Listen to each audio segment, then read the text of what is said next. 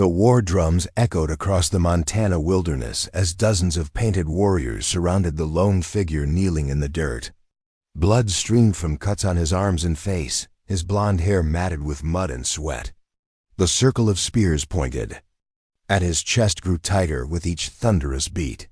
"Kill the white devil." The chant rose from dozens of throats, growing louder and more frenzied with each repetition.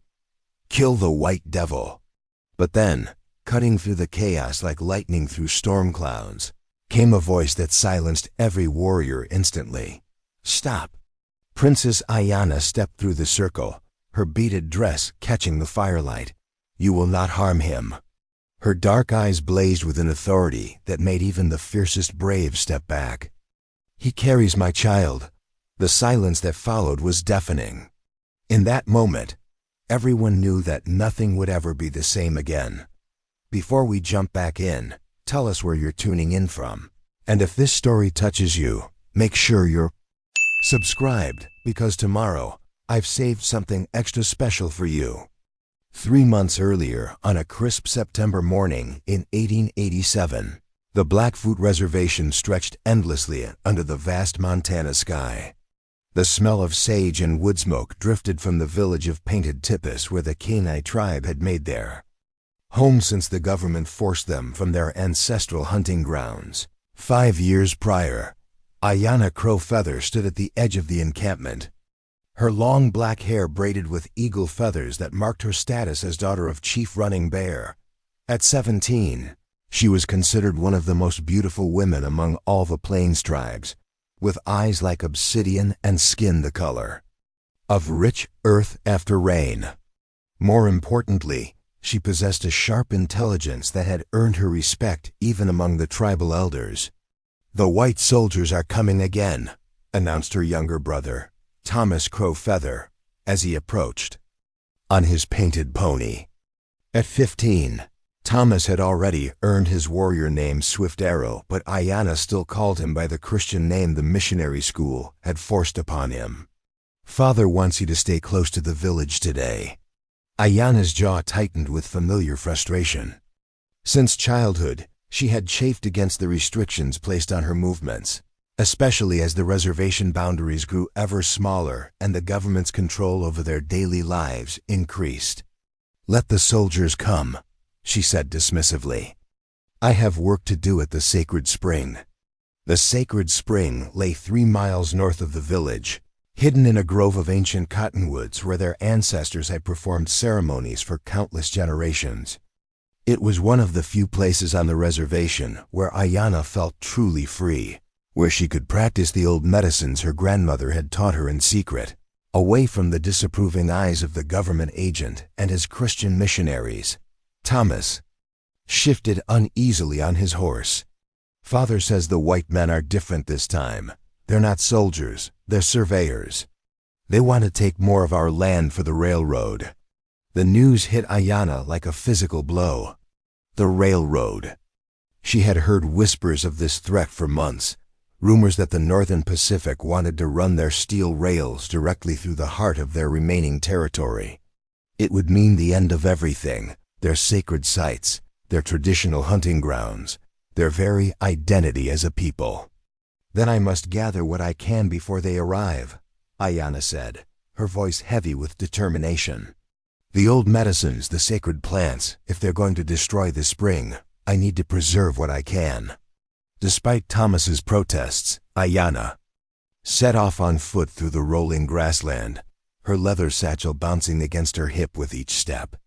The September air was crisp but not yet cold, carrying the scent of prairie grass and the distant promise of winter. She moved with the fluid grace of someone who had spent her entire life navigating this landscape, reading the subtle signs in wind patterns and animal tracks that told stories, invisible to outsider eyes. The sacred spring had been a place of power for her people since before memory. Legend said that the first Kenai chief had received a vision here, showing him how to lead his people through a great drought that lasted 7 years. The water that bubbled up from deep underground was said to have healing properties, and the Grove around it grew plants found nowhere else in the territory. As Ayanna approached the familiar cluster of cottonwoods, she immediately sensed something was wrong. The birds had gone silent, and her grandmother's teachings had impressed upon her that nature's silence always meant danger. She crept forward more cautiously, using the thick tree trunks for cover as she approached the spring. What she saw made her heart race with anger and alarm. A white man knelt beside the sacred waters, his hands cupped as he drank deeply from the spring. Surveying equipment lay scattered nearby: tripods, measuring chains, and leather-bound notebooks that could only mean one thing. He was mapping their land, preparing it for destruction. Ayanna's first instinct was to run back to the village and alert the warriors. This intruder was committing sacrilege against their most holy site, and tribal law demanded harsh punishment for such violations. But something made her hesitate. The man was young, perhaps 25, with sun-bleached brown hair and skin tanned from months of outdoor work. Unlike the other white men she had encountered, the arrogant government agents and condescending missionaries, this one moved with respect through the grove, careful not to disturb the sacred symbols carved into the cottonwood bark. When he drank from the spring, he offered a brief prayer of gratitude in the manner of someone familiar with indigenous customs. Most surprisingly, when he noticed some of the rare medicinal plants growing near the water's edge, he carefully moved his equipment to avoid damaging them.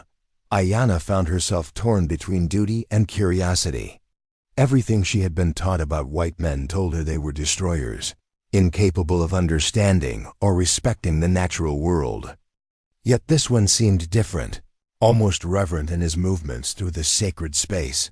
Her internal debate was cut short when the man suddenly looked up, his pale blue eyes meeting hers across the grove. For a moment, neither of them moved, locked in a gaze that seemed to stretch far longer than the few seconds it actually lasted.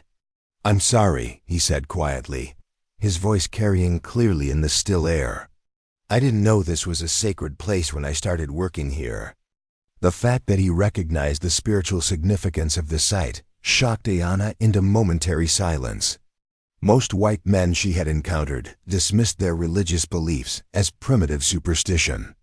"You're trespassing," she finally said, stepping out from behind the cottonwood where she had been hiding. "This spring belongs to my people." The surveyor slowly stood, making no sudden movements that might be interpreted as threatening. "You're right, and I apologize. I'm Marcus Webb, and I'm working for the Territorial Survey Office." He gestured toward his equipment. "But now that I've seen what this place means to your tribe, I can't continue." Ayanna studied his face, searching for signs of deception. White men were notorious for their lies, promising one thing while planning another. But Marcus Webb's expression seemed genuinely troubled, as if he was wrestling with a moral dilemma. "What do you mean, you can't continue?" she asked carefully. Marcus ran a hand through his hair, leaving it even more disheveled than before. "The railroad company hired us to map a route through this area. They want to build their tracks right through this grove, drain the spring for locomotive water, and clear-cut all these ancient trees." His voice grew heavy with reluctance. "But if this is sacred ground, if it has spiritual significance to your people, then what we're planning is wrong." The admission stunned Ayanna. In her experience, white men rarely cared about the spiritual beliefs of her people, and they certainly didn't let such concerns interfere with profitable enterprises. "The railroad will come whether you complete your survey or not," she pointed out. "They'll simply hire someone else, someone who won't care about our sacred sites." "Maybe," Marcus agreed, "but I won't be the one helping them do it." For several minutes, they stood in silence beside the bubbling spring, each lost in their own thoughts. Ayanna found herself studying this unexpected surveyor with growing interest. Unlike the government agents and military officers she had encountered, Marcus Webb seemed to genuinely struggle with the ethical implications of his work. "Why do you care?" she asked finally. "What difference does it make to you whether we lose another piece of our homeland?" Marcus was quiet for a long moment, his eyes focused on the clear water flowing up from deep underground. "My mother was Cherokee," he said finally. "She was forced to walk the Trail of Tears when she was a child. Lost her parents, her younger brother, most of her family along the way." The revelation hit Ayanna like a thunderbolt. She had assumed Marcus was just another white settler, but Cherokee blood would explain his respectful behavior around the sacred grove. "She married my father after she reached Oklahoma," Marcus continued. "He was a good man, treated her well, but she never got over what was taken from her. The homeland, the sacred sites, the burial grounds of her ancestors." His voice grew rough with emotion. "She used to tell me stories about the places where her people had prayed for generations, places that were destroyed to make way for white settlements." Ayanna felt a complex mix of emotions washing over her. Anger at the injustices visited upon his mother's people, sympathy for the losses they had endured, and a growing confusion about her own feelings toward this man who shared indigenous blood but looked entirely white. "If you stop the survey, won't you lose your job?" she asked. "Probably," Marcus admitted with a rueful smile. "But I'll still be able to sleep at night." As the afternoon wore on, Ayanna found herself drawn into deeper conversation with this unexpected visitor. Marcus possessed a surprising knowledge of indigenous customs and traditions, learned from his Cherokee mother and refined through years of working throughout the Western territories. He spoke with genuine respect about the spiritual connections between native peoples and their ancestral lands. More importantly, he listened when Ayanna spoke about her own people's history and beliefs. Unlike the missionaries who constantly tried to convert her or the government agents who dismissed her as an ignorant savage, Marcus treated her words as valuable and meaningful. "The spring has been feeding my people for over 300 years. Ayanna explained as they sat together on a fallen log, watching the water bubble up from mysterious depths. "My great-great-grandmother received a vision here that saved our tribe from starvation during the winter of 1823. My grandmother taught me which plants growing here can heal fever, stop bleeding, ease the pain of childbirth." Marcus nodded thoughtfully. The Cherokee had similar places back in the old country. "My mother used to say that certain springs held the memories of all the people who had ever prayed beside them." "Yes, exactly," Ayanna said, surprised by his understanding. "This water connects us to our ancestors, to the spirits who guide us, to the future generations who will need this medicine." As the sun began to set, casting long shadows across the grove, both of them realized they had been talking for hours. The conversation had ranged from sacred traditions to practical concerns about reservation life, from family stories to dreams for the future. "I should go," Ayanna said reluctantly, aware that her absence from the village would soon be noticed. "My father will be wondering where I am." Marcus stood as well, beginning to pack his surveying equipment with obvious reluctance. "Will you come back tomorrow?" he asked. "I mean, to gather your medicines and such." Ayanna hesitated. Every instinct warned her about the dangers of continued contact with this white man, regardless of his Cherokee heritage. If anyone from the tribe discovered their meeting, the consequences would be severe for both of them. But something about Marcus Webb intrigued her beyond simple curiosity.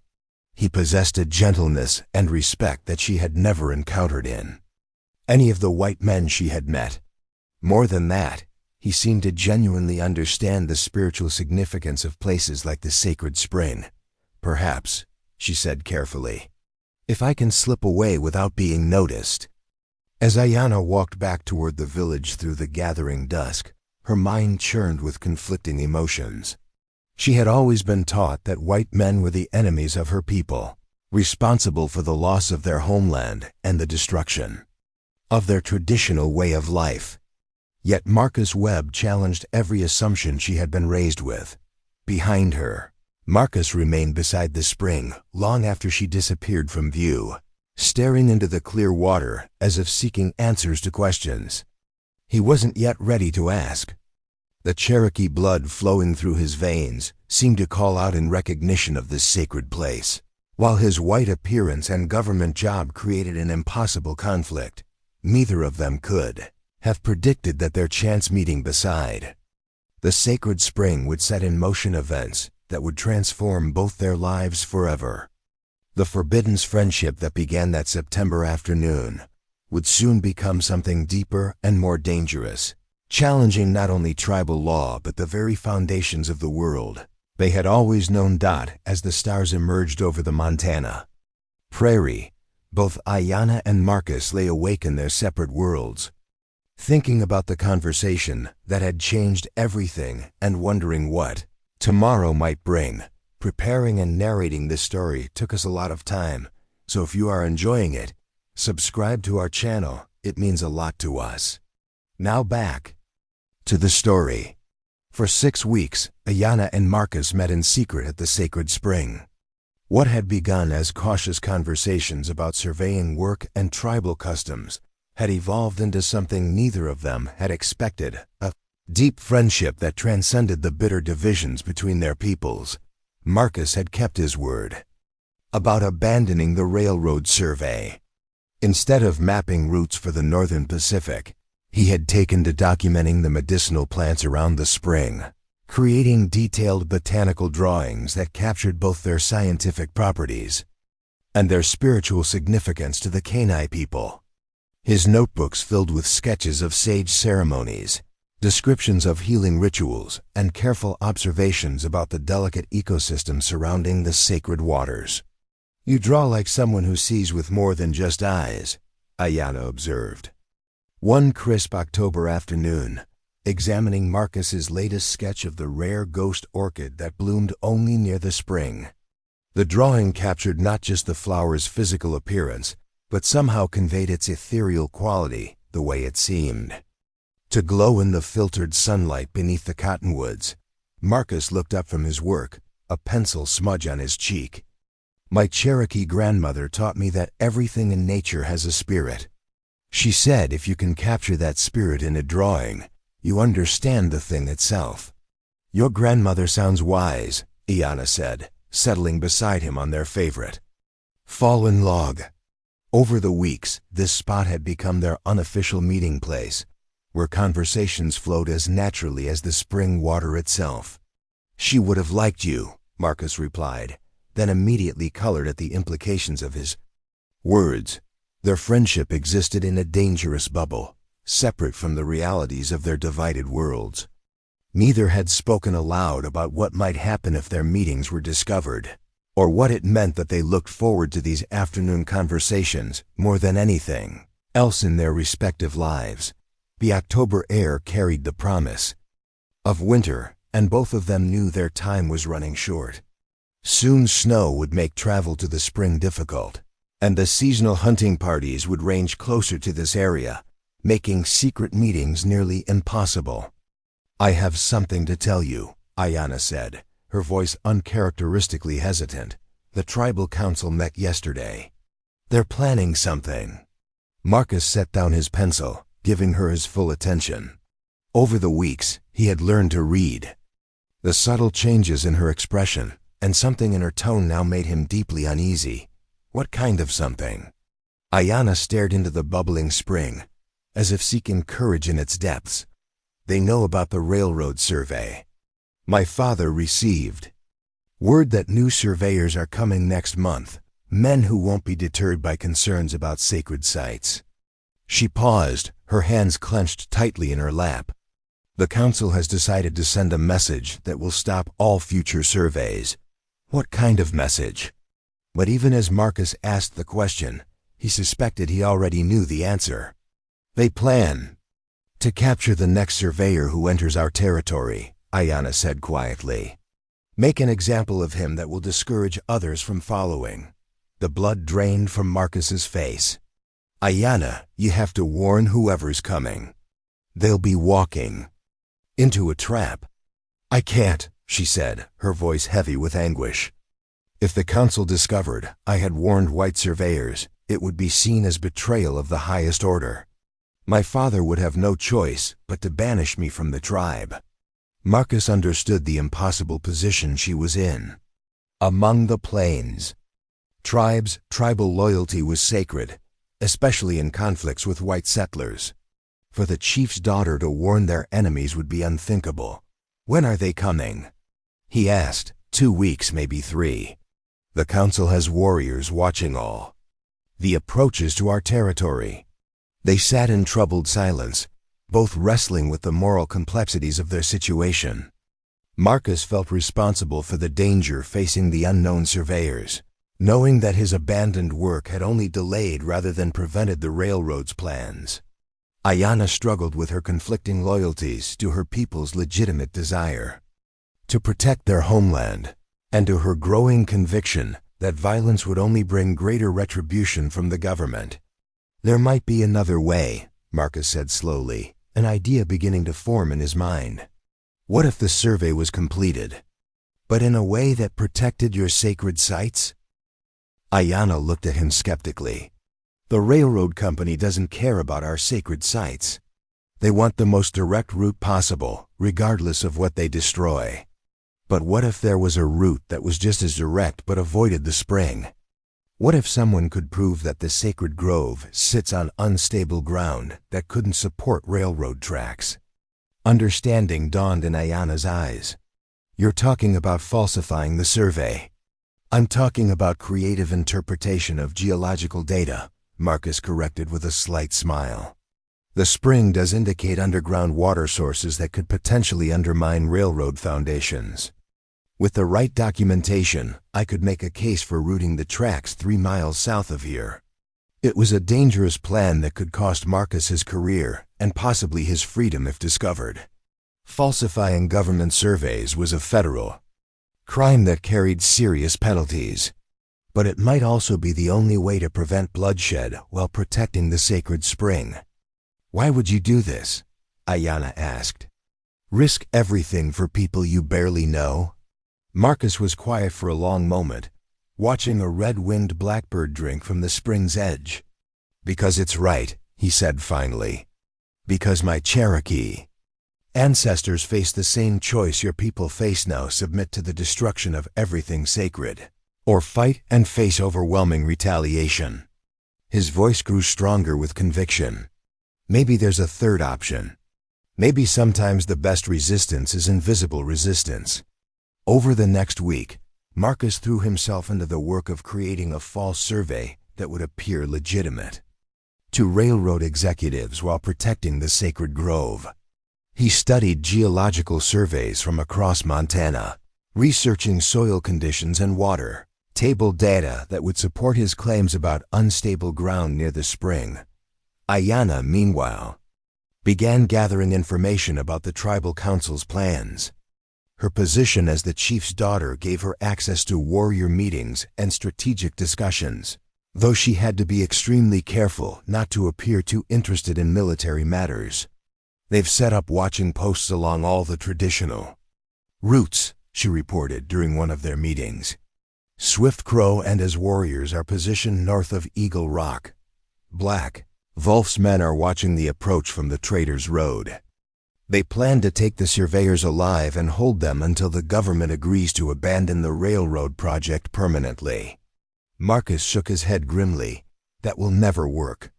The government doesn't negotiate with indigenous tribes anymore. They just send more soldiers. If your warriors capture federal surveyors, it will give the army an excuse to occupy the entire reservation."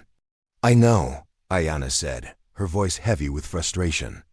"But the young warriors are tired of watching our land disappear piece by piece. They want to fight back, even if the odds are impossible.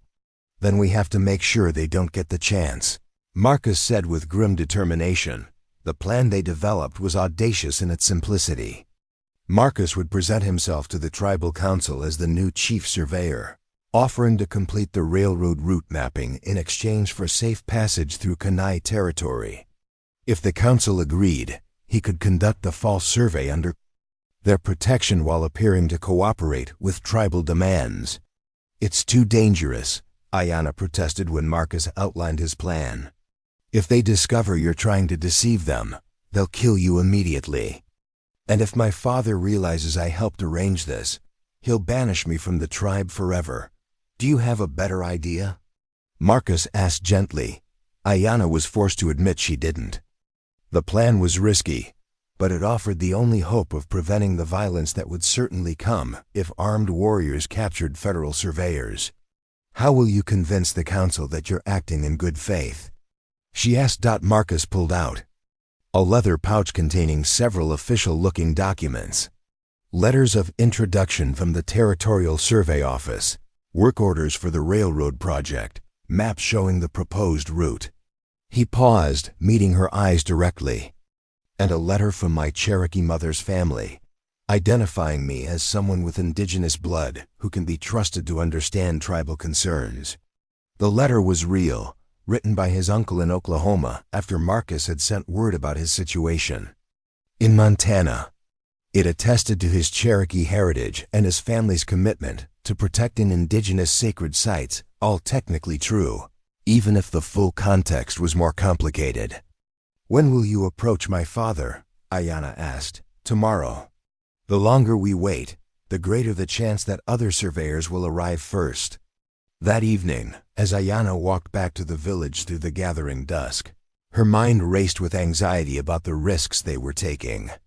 If Marcus's plan failed, if the tribal council saw through his deception, she would lose not only her secret friend, but potentially face exile from her own people. Yet, she also understood that doing nothing would lead to even worse consequences. The young warriors' plan to capture government surveyors would bring swift and brutal retaliation from the army. Her people had already lost so much: their ancestral hunting grounds, their freedom of movement, their traditional way of life. They couldn't afford to lose more in a futile gesture of defiance.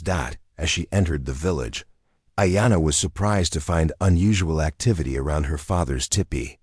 Several horses she didn't recognize were tied nearby, and she could hear the low murmur of serious conversation from within. Her younger brother Thomas emerged from the tipi, his face grave with concern. "Where have you been?" he asked quietly. "Father has been looking for you." "Gathering medicines at the distant meadows," she replied, using the excuse she had established weeks earlier. "What's happening? Who are those horses?" "Messengers from the Lakota," Thomas said, glancing around to make sure they weren't overheard. "Sitting Bull sent word from across the border. He says more white settlements are coming, more soldiers, more pressure on all the tribes. He's calling for united resistance." Ayanna's heart sank. Sitting Bull's influence among the Plains tribes was enormous, and his call for resistance would strengthen the voices of those advocating for violent action against the surveyors. "What did Father say?" she asked. "He's meeting with the War Council tonight. They're discussing whether to answer Sitting Bull's call or try to find a peaceful solution." Thomas paused, studying his sister's face. "Ayanna, there's something else. Father says a white surveyor is coming tomorrow, wanting to meet with the tribal council. He claims to have Cherokee blood and says he wants to work with us rather than against us." Ayanna struggled to keep her expression neutral, even as her pulse raced. Marcus was keeping his word, approaching the council just as they had planned. "What does Father think about this?" she asked carefully. "He's suspicious but willing to listen." The man sent credentials ahead of him, including a letter from Cherokee leaders in Oklahoma. If he's telling the truth about his heritage, it might change how we approach the railroad problem. That night, Ayanna lay awake in her family's tipi, listening to the low voices of the War Council meeting that continued far into the night. She could hear her father's measured tones, alternating with the more heated arguments of younger warriors who favored immediate action against all white intruders. The fate of the sacred spring, her people's safety, and Marcus's life would all be decided by tomorrow's meeting. As she finally drifted off to sleep near dawn, Ayanna whispered a prayer to the spirits of their ancestors, asking for wisdom to guide them all through the dangerous waters ahead. In his camp 3 miles away, Marcus spent the night checking and rechecking his fall survey documents. praying that his Cherokee heritage and careful preparations would be enough to convince the tribal council of his good intentions. Neither of them could have anticipated that their secret friendship was about to become the center of a much larger drama that would test not only their own courage, but the very survival of their forbidden bond. The morning mist still clung to the prairie grass when Marcus Webb rode into the Kenai village, his survey equipment packed carefully on a second horse trailing behind him. Every eye in the settlement followed his progress as he made his way toward the large ceremonial tipi at the village center, where Chief Running Bear waited with the tribal council. Ayanna watched from beside her family's dwelling, her heart pounding with anxiety as she observed the suspicious glances and hostile murmurs that greeted Marcus's arrival. Many of the younger warriors had their hands resting casually on their weapons, and she could see the barely contained anger in their faces as they studied this white man who dared to enter their territory alone. "He's either very brave or very foolish," muttered her cousin Standing Wolf, one of the most vocal advocates for violent resistance against all white encroachment. "Perhaps both," Ayanna replied carefully, not daring to reveal her personal knowledge of Marcus's character. Chief Running Bear emerged from the ceremonial tipi, his weathered face revealing nothing of his thoughts as he studied the approaching surveyor. At 53, the chief had led his people through the worst period in their history, the loss of their ancestral hunting grounds, forced relocation to the reservation, and constant pressure from government agents to abandon their traditional ways. The responsibility had carved deep lines around his eyes and streaked his long black hair with premature silver. Marcus dismounted 20 feet from the tipi, following the protocol Ayanna had taught him during their secret meetings. He stood straight, but not rigidly, showing respect without appearing submissive, a delicate balance that could mean the difference between life and death in this moment. "Chief Running Bear," Marcus said in carefully practiced Blackfoot, his pronunciation heavily accented but comprehensible. "I am Marcus Webb of the Territorial Survey Office. I come seeking counsel with the wisdom of the Kenai people." A murmur of surprise rippled through the gathered crowd. Few white men bothered to learn even basic words of their language, and Marcus's attempt at proper address demonstrated a level of respect they rarely encountered from government officials. Chief Running Bear stepped forward, his dark eyes studying Marcus with the intensity of a man who had learned to read character. "Quickly and accurately, you speak our tongue, white man. That is unexpected." "My mother was Cherokee," Marcus replied, switching to English but maintaining the formal tone appropriate for addressing a chief. "She taught me that words spoken in a person's own language carry more truth than those spoken in the tongue of strangers." The chief nodded slowly, acknowledging the wisdom in those words. "I have received your letters and credentials, Marcus Webb. Your Cherokee uncle speaks well of your character. But words on paper are easily written. Actions reveal the truth of a man's heart." "Then judge me by my actions, not my words," Marcus said simply. Chief Running Bear gestured toward the ceremonial tipi.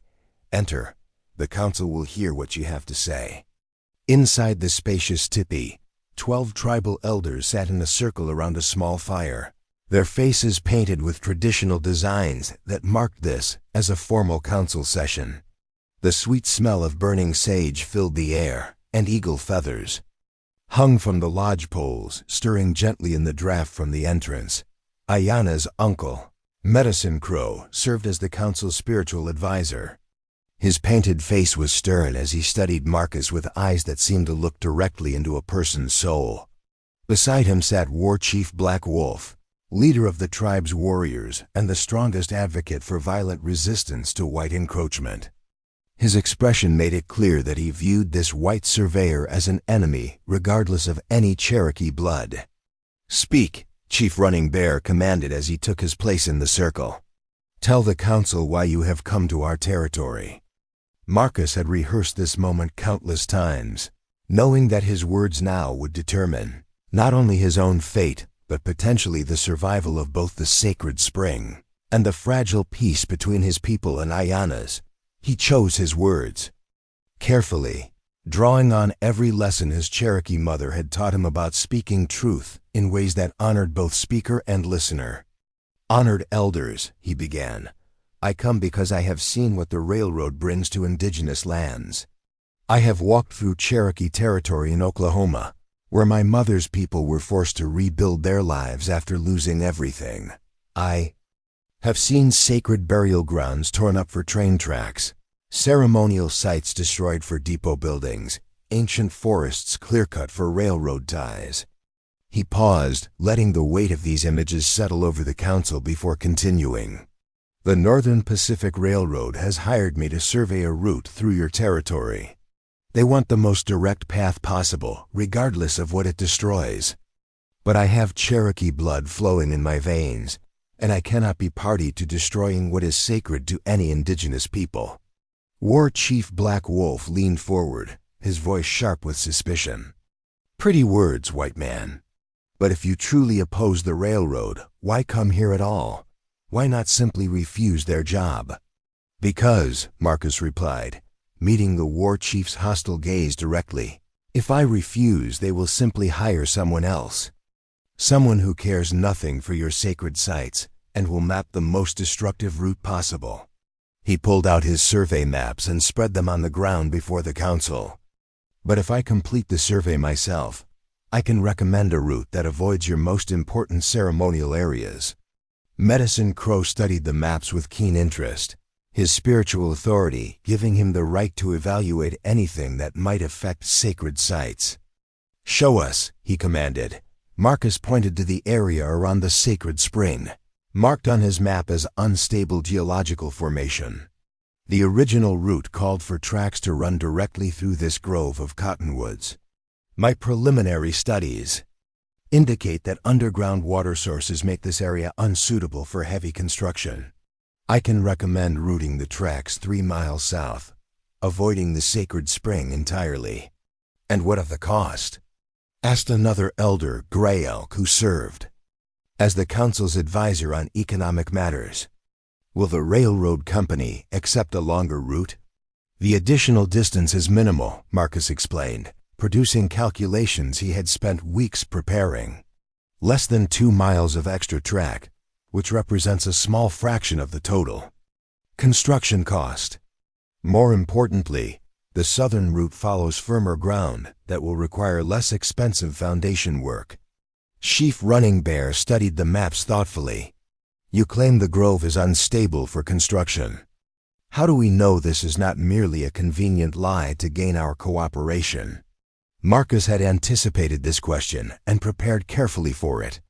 He pulled out his survey instruments and geological testing equipment, along with soil samples he had collected near the spring. "The water table in that area sits very close to the surface," he explained, showing them core samples that revealed the saturated earth conditions. "Railroad tracks require solid foundation bedding to support the weight of locomotives and freight cars. Waterlogged soil shifts and settles unpredictably, causing tracks to warp and potentially derail trains." The technical explanation was largely true, though Marcus had selectively emphasized certain aspects while downplaying others. To support his argument for avoiding the sacred grove, War Chief Black Wolf remained skeptical. "You ask us to trust that you will protect our interests when your own people have never honored their promises to any tribe. What guarantee do we have that you speak truthfully?" "You have my word as a man with Cherokee blood," Marcus replied solemnly. "But more than that, you have practical considerations to weigh." He looked around the circle of elders, meeting each man's eyes in turn. "If you attack government surveyors, the army will come. If the army comes, many of your young warriors will die, and the railroad we built anyway, wherever the government chooses to put it." The blunt assessment created an uncomfortable silence in the tipi.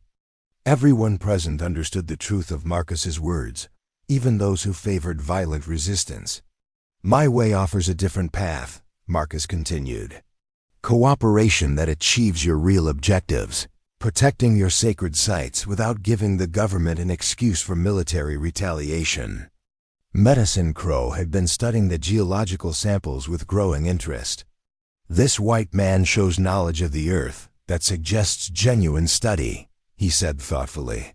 "His concern for the sacred grove appears based on understanding of its spiritual significance, not merely political convenience."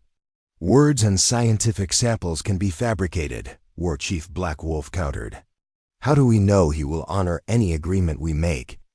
What prevents him from completing one survey for us and a different one for the railroad company?" Chief Running Bear raised his hand for silence, his expression thoughtful as he weighed the arguments presented.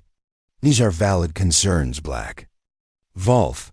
Trust between our peoples has been broken too many times by white men who spoke of cooperation while planning betrayal."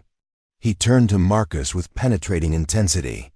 "If we agree to your proposal, Marcus Webb, what assurance can you provide that you will honor your commitments to protect our sacred sites?"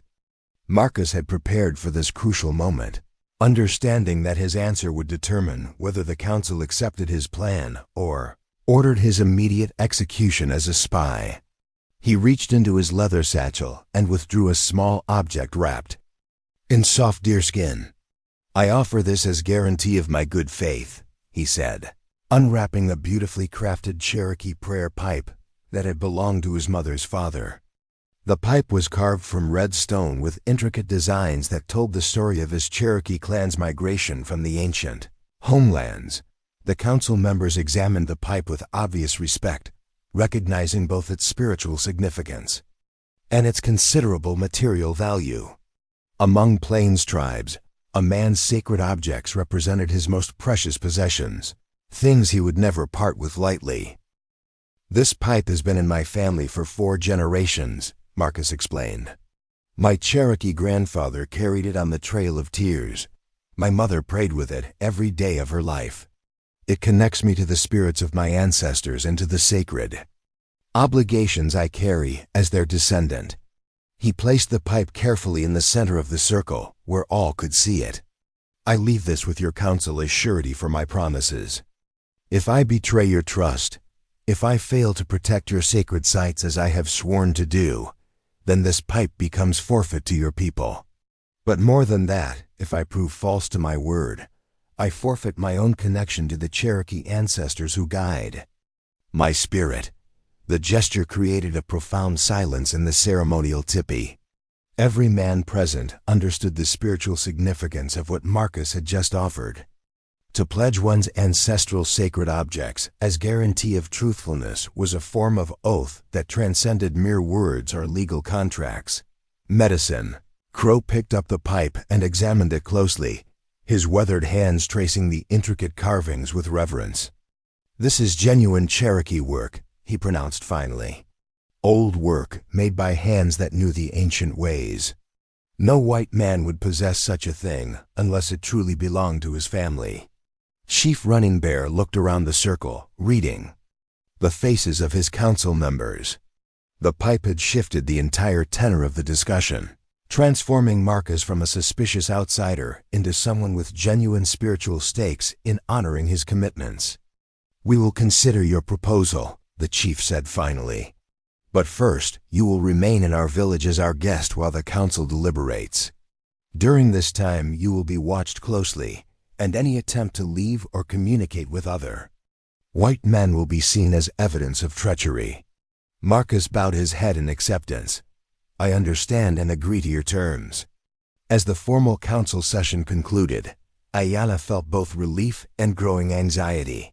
Marcus had navigated the initial meeting more successfully than she had dared hope, but she knew the real test was just beginning.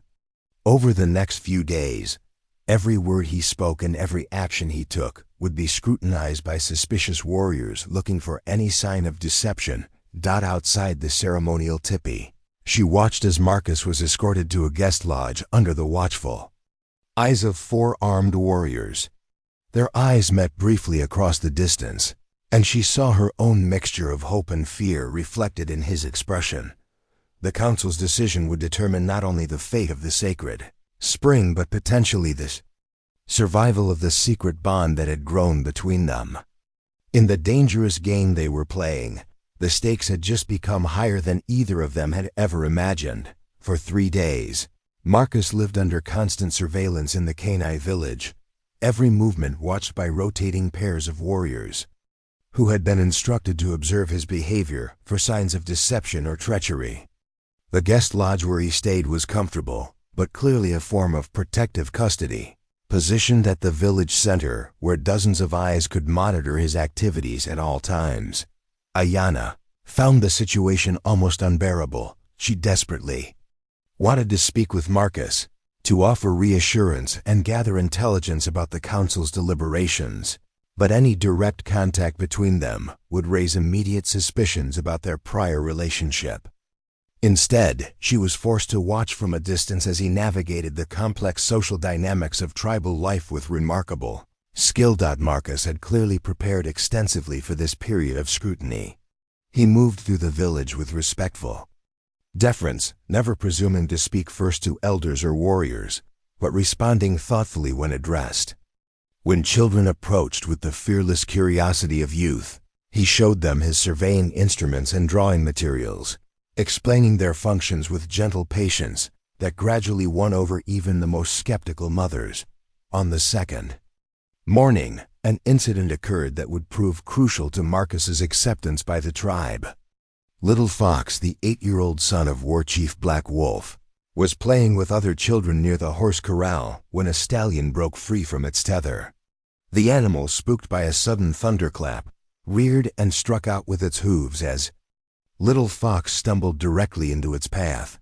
Marcus reacted with the instincts of someone who had spent years working around unpredictable animals in the wilderness. Without hesitation, he threw himself forward, scooping the child out of harm's way just as the stallion's hooves crashed down where Little Fox had been standing.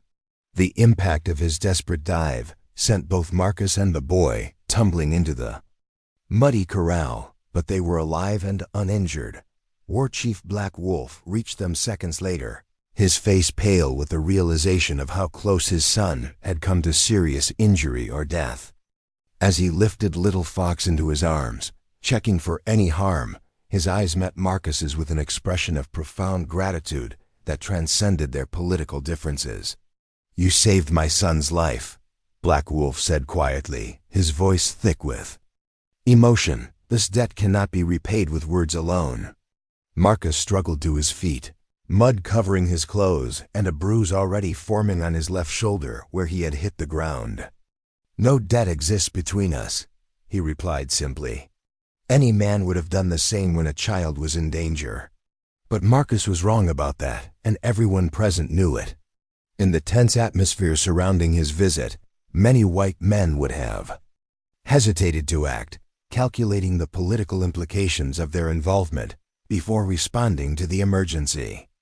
Marcus's immediate, selfless reaction revealed a character that impressed even his harshest critics. Word of the incident spread rapidly through the village, transforming how people viewed their unusual guest. Warriors who had previously glared at him with open hostility now nodded respectfully when he passed. Women began offering him food and drink without being asked, and children followed him around with fascination rather than fear. More importantly, the incident forced War Chief Black Wolf to reconsider his opposition to Marcus's proposal. That evening, as the tribal council met in private session to discuss their decision, the war chief's voice carried a different tone than it had during the initial confrontation. "The white man acted without thought for his own safety to protect my child," Black Wolf told the assembled elders. "This suggests honor in his character that words alone could not demonstrate." Medicine Crow nodded thoughtfully. The spirits guided his actions in that moment. A man who moves to protect the innocent without hesitation carries good medicine within him. Chief Running Bear had spent the 3 days observing Marcus carefully, noting not just his interactions with villagers, but his demeanor during private moments when he thought no one was watching. He does not pace like a caged animal or scan our defenses like a spy, the chief observed. When he thinks himself unobserved, he studies our children at play and sketches the everyday life of our people with what appears to be genuine interest and respect. Pretty behavior that could be calculated to deceive us, countered Swift Crow, one of the younger warriors who remained deeply suspicious of any white man's motives. How do we know this is not all an elaborate performance designed to lower our guard? Because, said Gray Elk quietly, a performance requires an audience that knows it is watching a performance. But I have observed him when he believed himself completely alone, when no one was positioned to see his actions. Even then, he showed the same respectful behavior toward our sacred symbols and customs.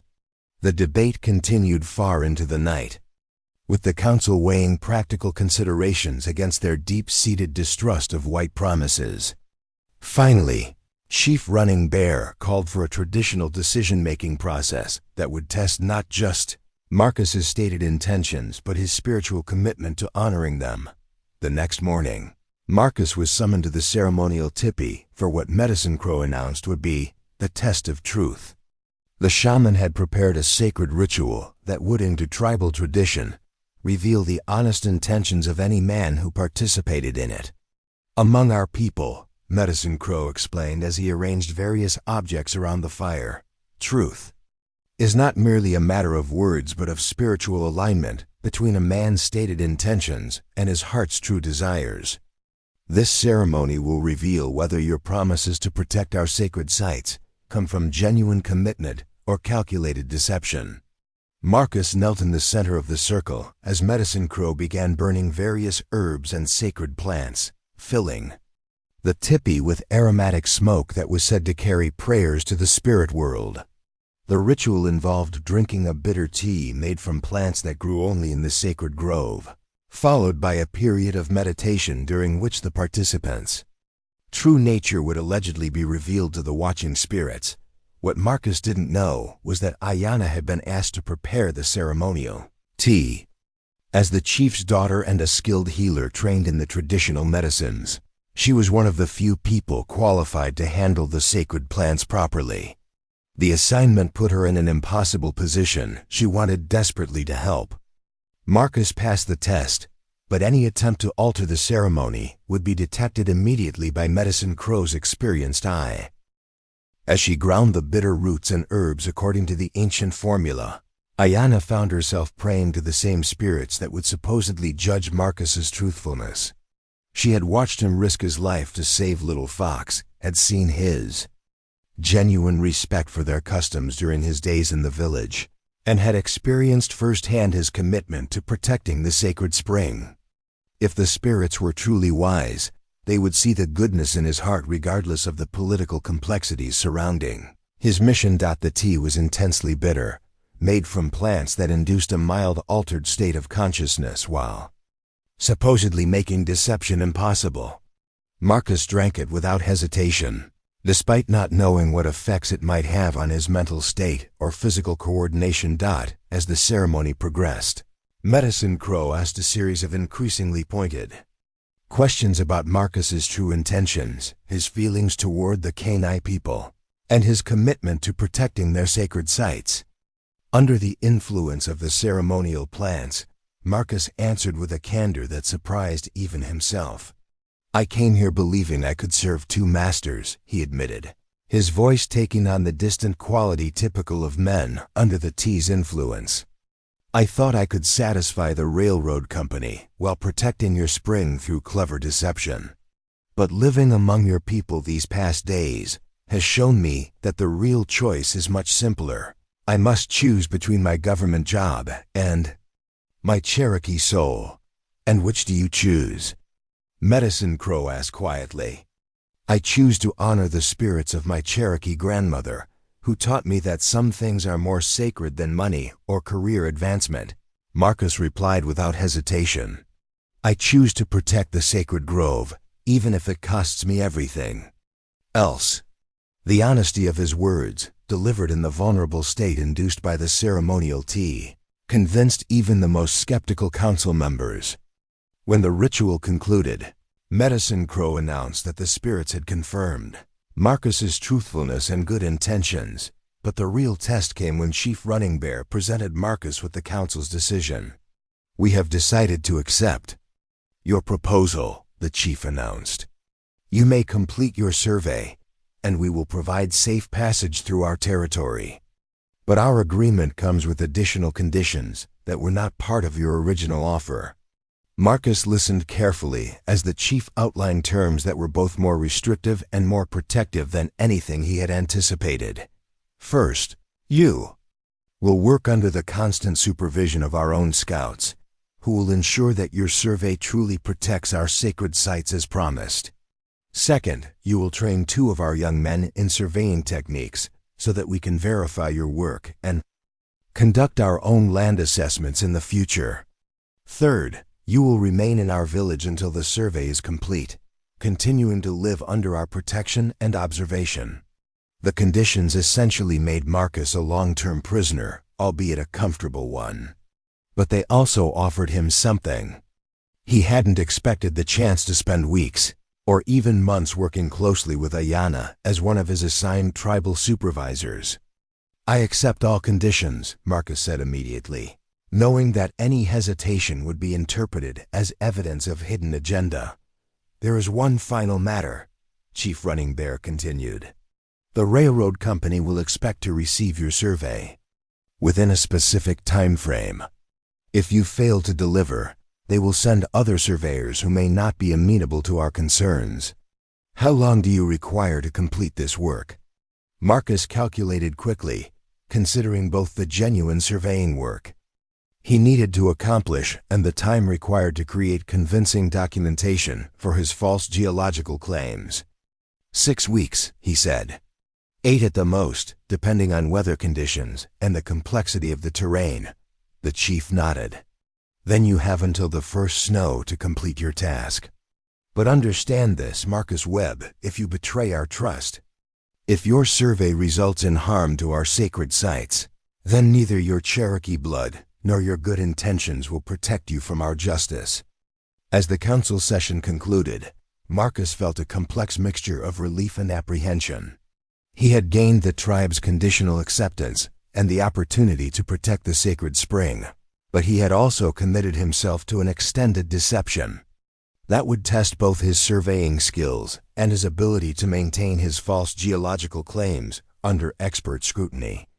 Outside the ceremonial tipi, Ayana waited with barely contained anxiety for news of the council's decision.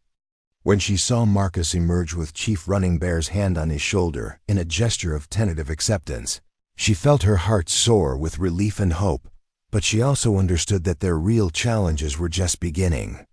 Over the coming weeks, she would work closely with Marcus under the watchful eyes of the entire tribe, helping him navigate the complex landscape of tribal politics while protecting their secret relationship and ensuring his survey truly accomplished its goal of preserving the sacred grove. The test of truth had been passed, but the test of time would prove far more difficult to survive. The autumn survey work began under conditions unlike anything Marcus had ever experienced. Each morning, he rode out with a carefully selected team that included Ayana as his cultural liaison, her brother Thomas as his apprentice surveyor, and 2 seasoned warriors whose job was officially to provide protection, but whose real purpose was clearly surveillance. Swift Arrow, the older of the 2 warriors, was a veteran scout whose weathered face revealed nothing of his thoughts as he watched Marcus's every movement. Running Elk, younger but equally suspicious, had volunteered for the assignment specifically because he distrusted all white men and wanted to catch Marcus in whatever deception he was surely planning. The irony of the situation wasn't lost on either Marcus or Ayana. They were finally able to spend extended time together, working side by side every day, but under such intense scrutiny that even the most innocent interaction required careful calculation. Every shared glance, every casual conversation, every moment of cooperation had to appear natural, while concealing the deep connection that had grown between them over their secret meetings at the sacred spring. The theodolite measures angles between survey points, Marcus explained to Thomas on their first morning in the field, demonstrating the use of his precision instruments. By calculating the angles and distances between known landmarks, we can create accurate maps of the terrain. Thomas proved to be a quick learner with an intuitive grasp of mathematical concepts that impressed even the skeptical running elk. Within days, he was assisting with complex calculations and helping to carry the heavy surveying chains across difficult terrain. "My brother always excelled at numbers," Ayanna observed during one of their breaks, her comment directed to Marcus, but intended for their watchful escorts. "Father says he could become a great leader if he learns to balance tribal wisdom with the white man's knowledge." The subtext of her words wasn't lost on anyone present. The tribal council's decision to train young men in surveying techniques was part of a larger strategy to ensure they wouldn't be dependent on white experts for future land assessments. Knowledge was power, and the Kenai were determined to acquire the tools they needed to protect their remaining territory. As the days passed, Marcus found himself genuinely enjoying the teaching aspects of his work. Thomas's eager questions and rapid progress reminded him of his own early fascination with the mathematical precision of surveying, while Ayanna's insights into the spiritual significance of various landmarks added depth to his understanding of the landscape they were mapping. But the real challenge lay in creating convincing documentation for his false geological claims about the sacred grove. Each evening, Marcus spent hours in his lodge crafting detailed reports that would support his argument for routing the railroad away from the spring, carefully balancing technical accuracy with selective interpretation of data. The subsurface water table in Sector 7 shows significant instability, he wrote in one report, describing the area around the sacred grove. Core samples indicate saturated soil conditions extending to depths of 6 feet or more, creating unsuitable foundation conditions for heavy rail traffic. The claims were technically defensible, based on real geological conditions that Marcus had observed during his secret visits to the spring. But he was emphasizing certain factors while minimizing others, creating a scientific justification for what was fundamentally a spiritual decision to protect the sacred site. 3 weeks into the survey work, an unexpected complication arose that threatened to expose Marcus's deception. A messenger arrived from the Territorial Survey Office with orders for Marcus to begin preliminary construction planning for the railroad route, including detailed foundation requirements and engineering specifications.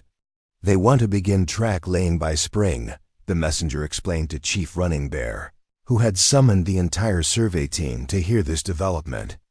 The railroad company is eager to complete the Montana section before winter weather makes construction impossible next year. Marcus felt his carefully constructed plans beginning to unravel. The accelerated timeline would require him to submit final survey results within 2 weeks, leaving no time for the extended verification process he had been counting on to solidify tribal trust in his recommendations. Worse yet, the railroad company was sending their own engineering team to review his work before approving the final route. These men would be experienced in detecting any irregularities or questionable claims in his geological assessments. "This changes our agreement," War Chief Black Wolf declared at an emergency council session that evening. "If other white surveyors are coming to verify this man's work, how do we know they won't discover his deception and build the railroad through our sacred sites anyway?" It was Swift Arrow who suggested a solution that was both brilliant and terrifying in its implications. "The white man has proven his commitment to protecting our sacred grove," the veteran scout said quietly. "But his individual goodness means nothing if his own people override his recommendations. Perhaps it is time to ensure that no railroad is ever built through our territory." The suggestion hung in the air like smoke from the council fire, heavy, with implications that everyone understood, but no one wanted to speak aloud. Swift Arrow was proposing that they eliminate the engineering team when it arrived, sending a message that would permanently discourage railroad development in the region. Such action would bring the army, Chief Running Bear said thoughtfully. Many of our people would die in the fighting that followed. Many of our people are dying already, countered Standing Wolf, one of the younger warriors. Dying slowly as our children lose connection to the old ways, as our sacred sites are destroyed one by one, as we become dependent on government rations and forget how to live as free people. Marcus listened to this debate with growing horror, realizing that his attempt to prevent violence through deception had merely delayed it while potentially making it worse.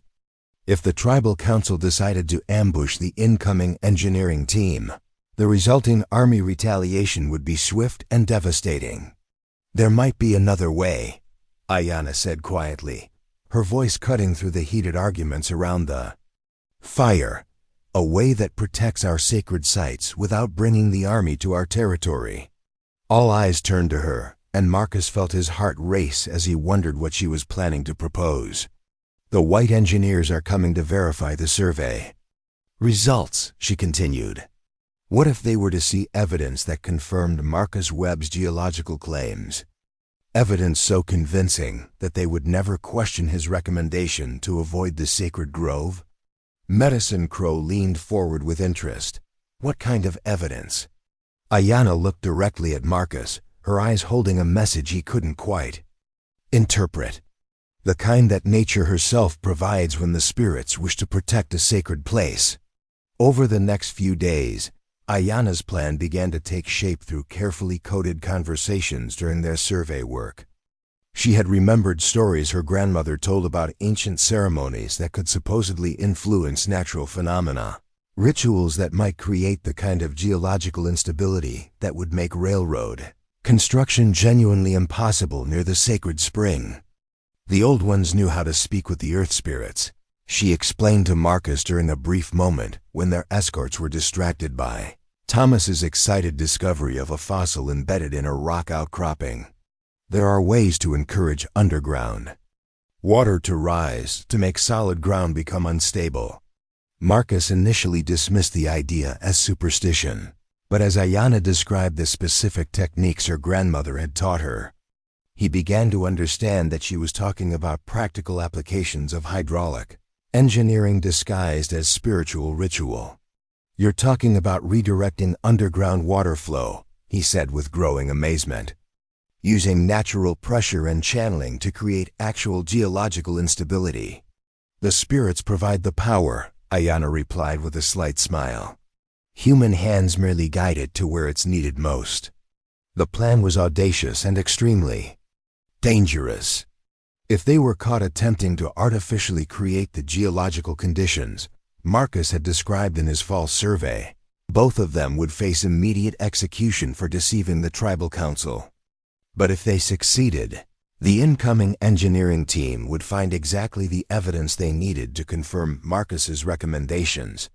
It would take several days of work, Ayanna explained.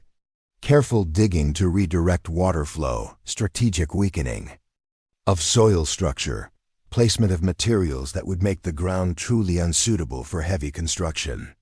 And if we're discovered, Ayanna's expression grew serious.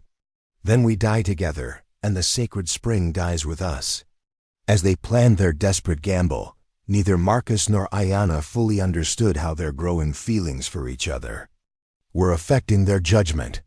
What had begun as a practical alliance to protect a sacred site was becoming something deeper and more personal, a bond that was leading them to take risks that endangered not only their own lives but the stability of the fragile peace between their peoples. The engineering team was due to arrive in less than a week. If Marcus and Ayanna were going to create convincing geological evidence to support his false survey claims, they would have to act soon, working under cover of darkness while avoiding the constant surveillance that monitored their everyday light. Movement. As autumn deepened and the first frost appeared on the prairie grass, two people from different worlds prepared to risk everything for a love they had never openly acknowledged and a sacred place that represented far more than either of them had initially understood. The real test of their relationship was about to begin. And failure would mean not just personal destruction, but potential warfare that could devastate both their peoples. The plan required 3 nights of dangerous work under the cover of darkness, manipulating the underground water systems around the sacred spring to create genuine geological instability that would support Marcus's false survey claims. On the first night, as the village settled into sleep and their assigned guards dozed by the dying embers of their watchfires, Marcus and Ayanna slipped away from their respective lodges like shadows. Moving across moonlit prairie, they had established their alibi carefully. Marcus was known to suffer from occasional sleeplessness, often walking around the village perimeter when troubled thoughts kept him awake. Ayanna frequently visited the sacred grove for nighttime ceremonies, gathering herbs that could only be harvested under starlight according to traditional medicine practices. Their separate movements toward the same destination would appear coincidental to any casual observer. The October night was crisp and clear, with enough moonlight to work by but sufficient cloud cover to hide their activities from distant watchers. As they approached the cottonwood grove, both moved with the careful silence of people whose lives depended on remaining undetected. The main underground stream flows from the northwest, Ayanna whispered as they knelt beside the sacred spring, her voice barely audible above the gentle bubbling of water rising from deep earth. If we can redirect part of it into the area where the railroad wants to build, the soil will become saturated and unstable within days. Marcus studied the terrain with his surveyor's eye, noting the subtle elevation changes and natural drainage patterns that would affect their work. We'll need to dig a channel about 2 feet deep, angling it to follow the natural gradient. But the excavation has to look like natural erosion, not human engineering. Working with tools they had hidden near the grove during earlier survey visits, they began the painstaking process of redirecting water flow. Ayanna's knowledge of traditional earth-moving techniques, passed down through generations of her people who had modified landscapes for farming and ceremony, proved invaluable in creating changes that appeared natural rather than artificial. My grandmother taught me that water always seeks its own path, she explained as they carefully removed stones and earth to create a subtle channel. Human hands can suggest where that path might lead, but the water itself must choose to follow. The work was backbreaking and nerve-wracking. Every sound, the snap of a breaking branch, the splash of disturbed water, the scrape of their digging tools against stone seemed amplified in the nighttime silence. Both of them jumped at shadows and froze whenever night birds called, fearing discovery by tribal scouts or wandering villagers. As they worked side by side in the intimate darkness, the careful distance they had maintained during daylight hours began to dissolve. Their hands touched as they passed tools back and forth. Their bodies pressed close together as they bent over their excavation work. The danger of their situation and the intensity of their shared purpose created an emotional intimacy that neither had expected. "Marcus," Ayanna whispered during a brief rest, her voice carrying emotions she had been forced to suppress for weeks. "Whatever happens with the railroad, whatever the consequences of what we're doing tonight, I want you to know that these weeks working together have been the happiest of my life."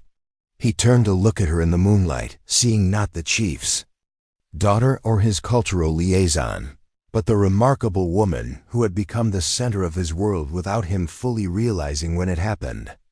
"Ayanna, he began, then stopped as they both heard the distant sound of footsteps approaching through the grove. They froze, pressing themselves flat against the earth beside their excavation, hardly daring to breathe as someone moved through the darkness nearby. The footsteps paused near the spring, and they could hear the soft sound of someone drinking from the sacred waters. After what felt like hours, but was probably only minutes, the mysterious visitor departed, leaving them alone, with pounding hearts and the sobering reminder of how dangerous their situation truly was. "We should finish quickly," Marcus whispered, though part of him wanted to complete the conversation that had been interrupted. The remaining work went faster as they found their rhythm, each anticipating the other's movements in the synchronized dance of people working toward a common goal.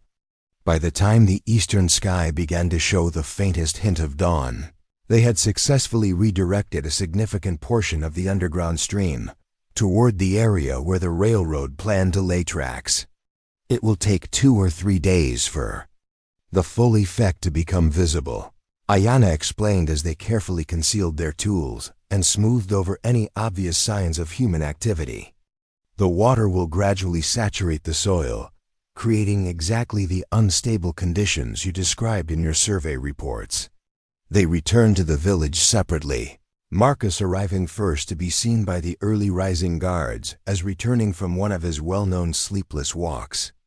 Ayanna appeared an hour later, carrying a small bundle of herbs that provided perfect justification for her nighttime absence. The second night brought different challenges. Reports had arrived that the railroad engineering team would reach the reservation 2 days earlier than expected, forcing them to accelerate their timeline for creating convincing geological evidence. "We need to make the instability more obvious," Marcus said as they met again beside the spring. Visible signs that any engineer would recognize immediately as unsuitable foundation conditions. This phase of their plan involved more dangerous work, deliberately undermining the root systems of several large cottonwoods near the intended railroad route, creating conditions where the massive trees would begin to lean and potentially topple as the newly redirected water weakened the soil around their foundations. "The trees are sacred to my people," Ayanna said quietly as they began their work. "Cutting them, even to protect the grove, feels like sacrilege." "We're not cutting them," Marcus pointed out gently. "We're allowing natural forces to affect them in ways that will protect the entire grove from destruction. Sometimes saving something requires sacrificing part of it." The work was more physically demanding than their previous night's excavation. The ancient cottonwoods had root systems that extended deep into the earth and spread far beyond their visible canopies. Weakening these foundations required careful calculation to ensure the trees would show signs of instability without actually falling and potentially injuring someone. As they worked, Ayanna shared stories her grandmother had told about the spiritual significance of each tree, the ceremonies that had been performed in their shade, the visions that tribal leaders had received while meditating against their massive trunks. "That one," she said, pointing to the largest cottonwood, "is where my great-grandfather received the vision that guided our people through the drought of 1847. And that one sheltered the first peace ceremony between our tribe and the Crow, before the white soldiers came." Marcus found himself deeply moved by these stories, understanding for the first time the full scope of what they were trying to preserve. These weren't just trees, or even just a sacred grove. They were living monuments to centuries of spiritual life and cultural continuity. "After the railroad is permanently stopped," he said, carefully phrasing his words to avoid saying "if," "we'll find ways to strengthen these trees again.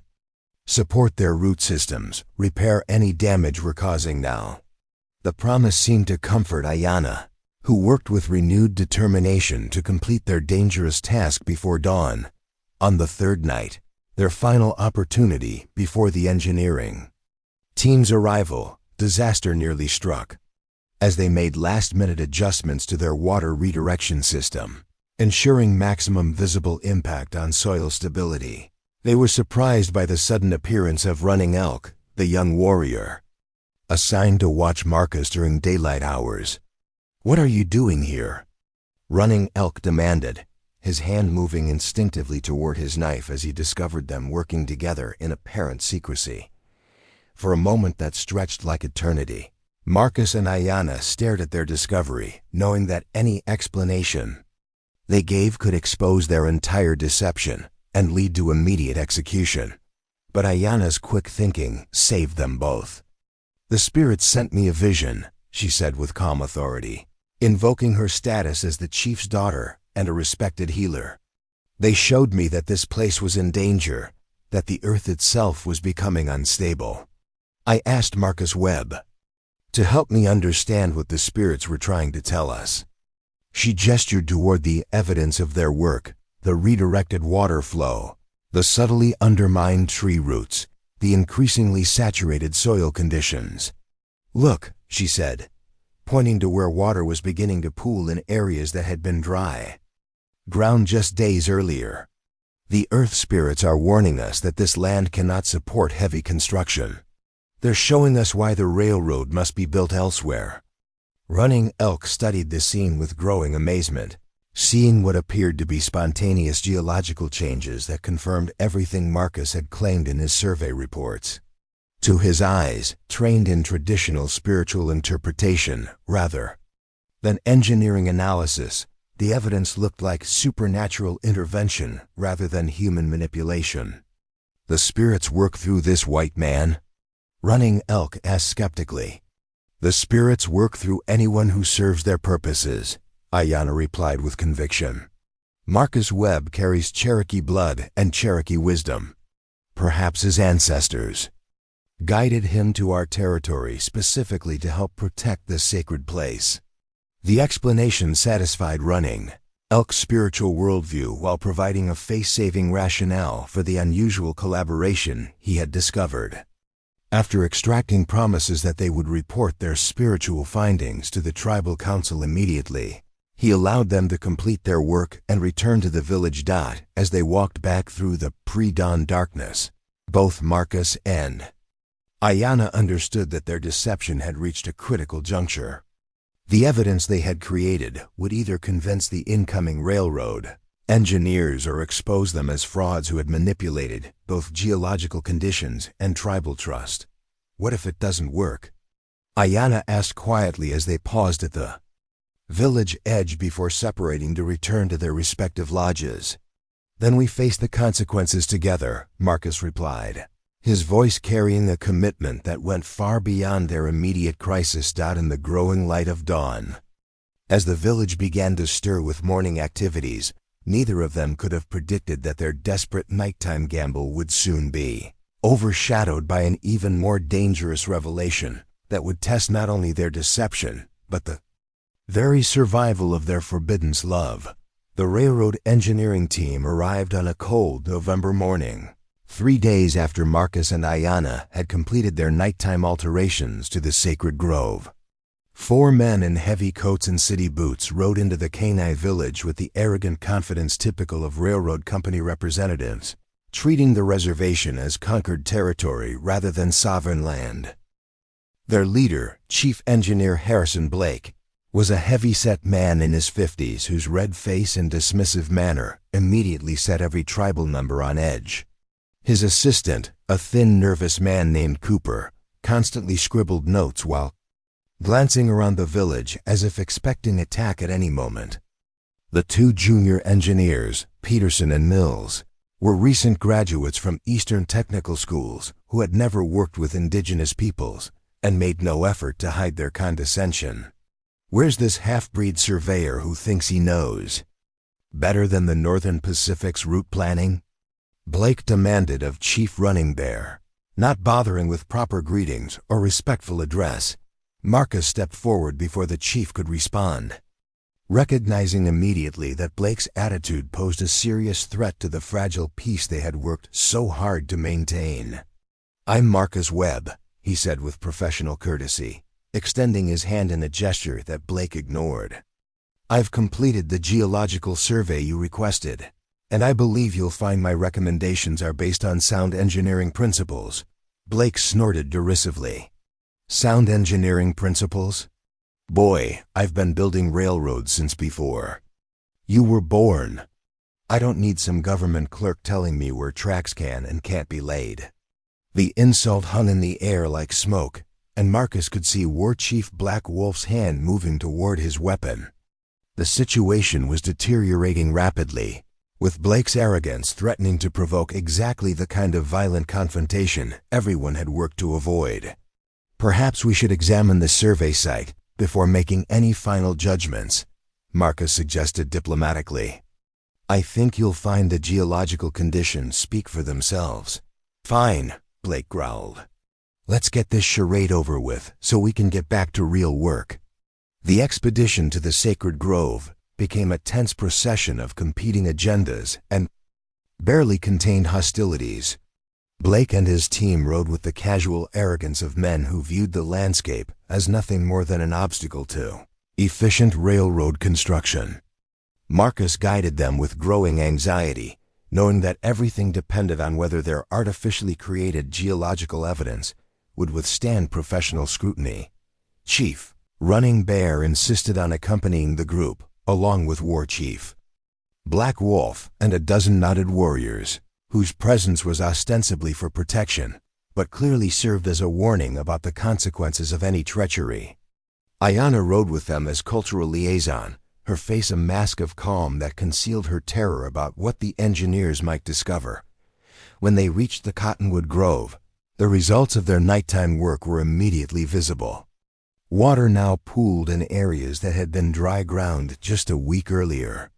Several of the massive cottonwoods showed signs of stress, their roots partially exposed as saturated soil eroded around their foundations. The entire area had taken on the unstable, waterlogged appearance that Marcus had described in his geological reports. What the hell happened here? Blake muttered, dismounting to examine the waterlogged ground more closely. Seasonal water table fluctuations, Marcus explained, pulling out his survey notes and geological documentation. The underground stream system in this area is much more complex than initial assessments indicated. Recent soil testing shows subsurface water levels that would make heavy construction extremely problematic. Cooper, the assistant engineer, was already taking measurements and soil samples, his nervous demeanor replaced by professional focus as he evaluated the foundation conditions. The water content is definitely above acceptable parameters for rail construction, he reported to Blake. These soil samples show saturation levels that would require extensive drainage and stabilization work. Blake kicked at the waterlogged earth with obvious frustration. This wasn't in the preliminary reports. How did your advanced scouts miss something this obvious? Because it wasn't obvious until recently, Marcus replied, gesturing toward the stressed cottonwoods. These mature trees are showing root damage that indicates recent changes in subsurface water patterns. The geological instability appears to be an ongoing process that's accelerated over the past few weeks. Peterson, one of the junior engineers, was examining the largest cottonwood with growing concern. Sir, this tree is definitely compromised. The root exposure and soil erosion around its base suggest foundation problems that could affect a wide area. As the engineers conducted their professional assessment, Ayanna found herself watching their faces for any sign that they suspected human manipulation of the geological conditions. But the evidence they had created was convincing enough to pass expert scrutiny, appearing to be natural phenomena rather than deliberate engineering. More importantly, the spiritual atmosphere of the grove seemed to affect even these hardened railroad men. The ancient cottonwoods, the sacred spring, and the obvious reverence shown by their tribal escorts created an environment that discouraged casual dismissal of indigenous concerns. The ground conditions are definitely unsuitable for heavy rail construction, Cooper reported after completing his technical assessment. Foundation work would require extensive drainage systems and soil stabilization that would triple construction costs in this sector. Blake's frustration was evident as he studied Marcus's survey maps and geological reports. So where do you recommend we route the tracks, boy? Marcus spread out his alternative route maps, showing the southern path that would avoid the sacred grove while adding minimal distance to the overall railroad line. This route follows firmer ground with better drainage characteristics, he explained. Construction costs would actually be lower than the original plan, and the slight increase in distance is negligible compared to the engineering challenges posed by the unstable grove area. For 2 hours, the engineers examined every aspect of Marcus's alternative route proposal, testing soil samples, measuring gradients, and calculating construction requirements. Their professional assessment gradually confirmed what Marcus had carefully designed his false survey to demonstrate that the southern route was indeed more practical and cost-effective than the original plan. But just as it seemed the deception would succeed completely, Blake noticed something that made Marcus's blood run cold. "These water flow patterns," Blake said, studying the pooled water on the cottonwoods with a surveyor's trained eye. "They're too regular, too geometric. Natural erosion doesn't create channels this straight or this precisely angled." Marcus felt his heart racing as Blake knelt beside their carefully constructed water redirection system, examining it with the expertise of someone who had dealt with water management issues throughout his engineering career. "This looks like deliberate hydraulic work," Blake continued, his voice growing suspicious. "Someone has been manipulating the water flow in this area." War Chief Black Wolf stepped forward, his hand resting openly on his knife handle.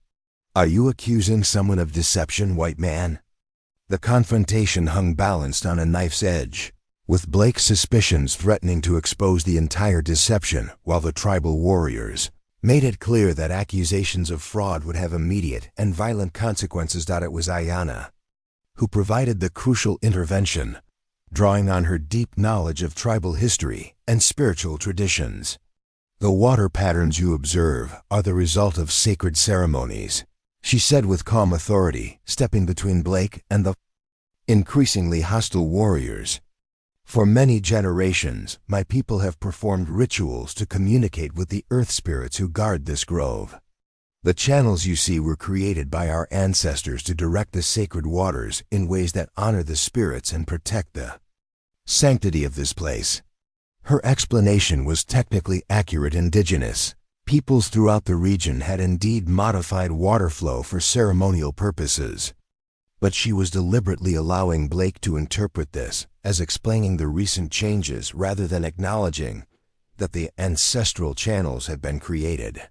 Just days earlier, Blake studied the water channels again, this time with the perspective of someone looking for ancient engineering rather than recent manipulation. "Ancestral irrigation work? Sacred water direction," Ayanna corrected gently. "The spirits of this place have always guided water flow to protect the grove from disturbance. Recent spiritual activity has strengthened these protections, making the area even more unsuitable for construction." The explanation satisfied Blake's engineering curiosity while providing a cultural context that discouraged further investigation. More importantly, it reframed the geological instability as the result of long-standing spiritual practices rather than recent deception. Cooper was already packing up his testing equipment, his assessment complete. Regardless of the cause, the foundation conditions are clearly unsuitable for rail construction. The alternative southern route offers better engineering characteristics and lower construction costs. Blake stood slowly, his frustrated expression revealing his understanding that the railroad company's original plans would have to be abandoned. "Fine, we'll recommend the southern route. But I want a full geological survey of that area before we commit to final construction plans." "Of course," Marcus agreed, knowing that a legitimate survey of the southern route would present no problem since that area genuinely offered good construction conditions. As the engineering team prepared to leave the grove, Blake turned back to Marcus with grudging professional respect. "Your survey work was thorough, Webb. The company will be pleased with the cost savings your alternative route provides." The unexpected praise made Marcus feel simultaneously relieved and guilty. He had successfully protected the sacred grove, but only through elaborate deception that violated every principle of honest surveying he had been trained to uphold. During the ride back to the village, Ayanna caught his eye briefly, her expression reflecting the same mixture of triumph and moral uncertainty that Marcus was experiencing. They had won their immediate battle, but the victory had been achieved through lies and manipulation that compromised their integrity even as it served a greater good. That evening, as the engineering team prepared to depart for their return journey to railroad headquarters, Chief Running Bear called Marcus to a private meeting in the ceremonial tipi. "The white engineers accepted your recommendations," the chief said without preamble. "The sacred grove will be protected, and the railroad will be built where it cannot harm our most holy places." "Yes, Chief," Marcus replied, unsure whether gratitude or suspicion lay behind the tribal leader's words. "You have kept your promise to protect what is sacred to our people," Chief Running Bear continued. "But I wonder, what price have you paid for this protection? What has this deception cost your own spirit?"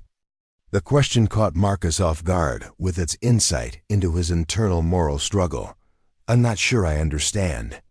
"A man who lies for good reason still carries the weight of those lies," the chief observed gently. "Honor sometimes requires choices that burden the soul, even when they serve righteous purposes." Marcus looked into the older man's weathered face, seeing understanding rather than judgment in his dark eyes. "The sacred grove is safe. That's what matters."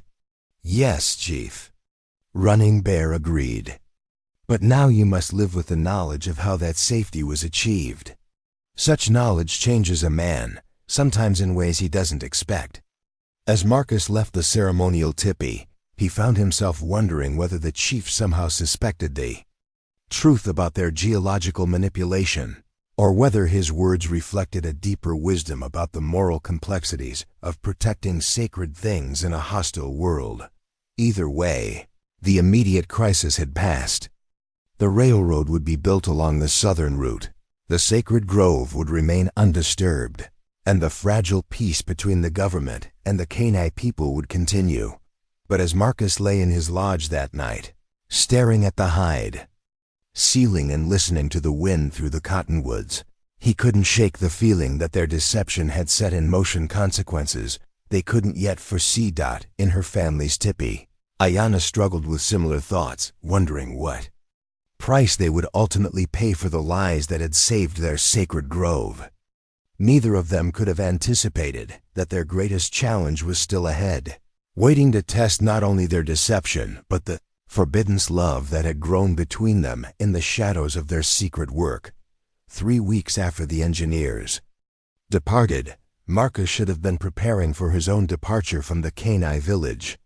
His surveying contract was complete, the railroad threat to the sacred grove had been eliminated, and his Cherokee prayer pipe had been returned with Chief Running Bear's formal thanks for his service to the tribe.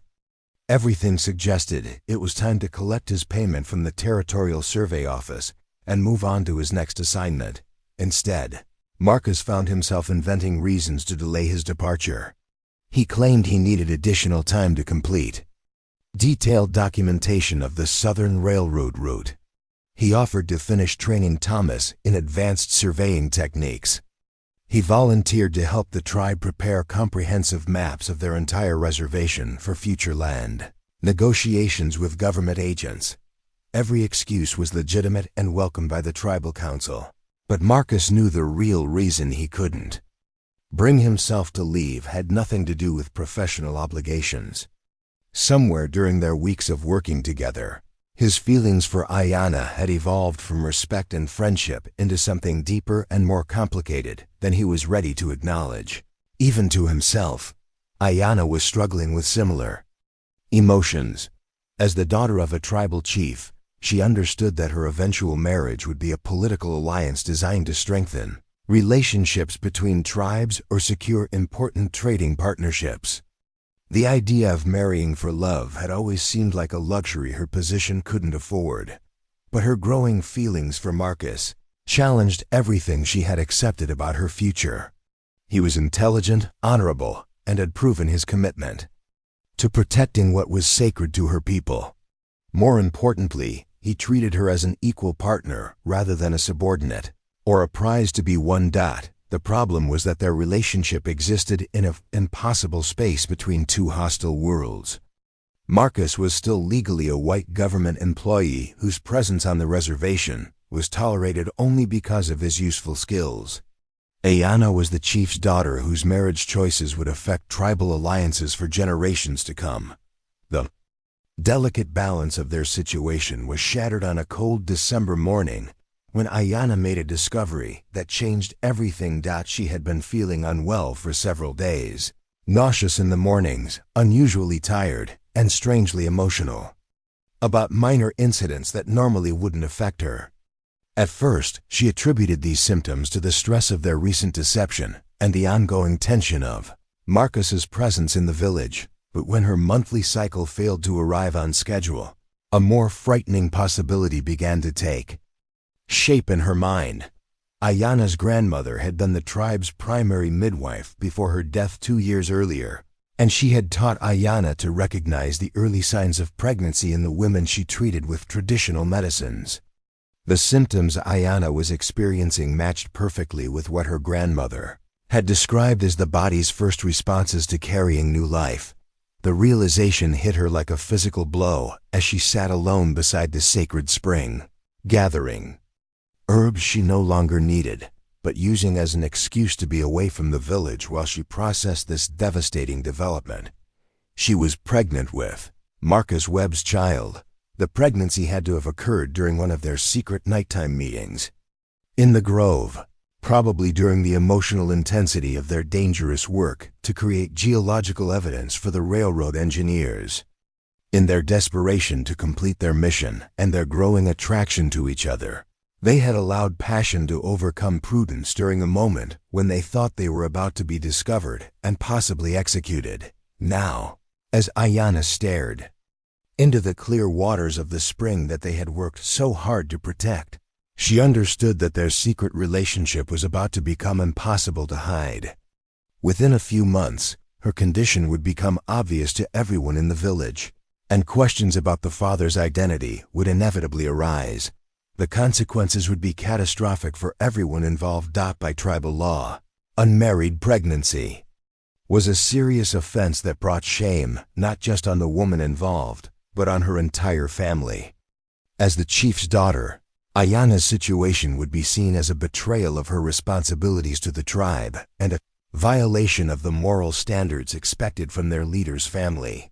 Even worse, if the father was revealed to be a white man government employee or not, the scandal could destabilize Chief Running Bear's leadership and provide ammunition for those tribal members who opposed any cooperation with white authorities. For Marcus, discovery would mean immediate death. The warriors who had come to respect him for saving Little Fox and protecting the sacred grove would feel betrayed by his secret relationship with their chief's daughter. The carefully constructed trust that had allowed him to complete his mission would be shattered, and tribal justice would be swift and brutal. Ayana spent the entire day beside the spring, wrestling with options that all seemed to lead to disaster. She could confess everything to her father and hope that Marcus's previous service to the tribe would earn him banishment rather than execution. She could claim the child belonged to some unknown tribal warrior, protecting Marcus but destroying her own reputation forever. She could take traditional medicines that would end the pregnancy, eliminating the immediate problem, but forcing her to live with that choice for the rest of her life. None of these options seemed bearable. As the sun set over the Montana prairie, painting the cottonwoods in shades of gold and crimson, Ayana made a decision that terrified her, even as it felt like the only honorable choice available. She would tell Marcus the truth and let him decide whether their relationship was worth the enormous risks that continuing it would entail.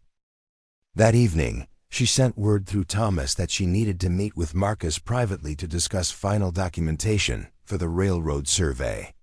It was a thin excuse, but it provided cover for a conversation that couldn't wait for their next opportunity to work together officially.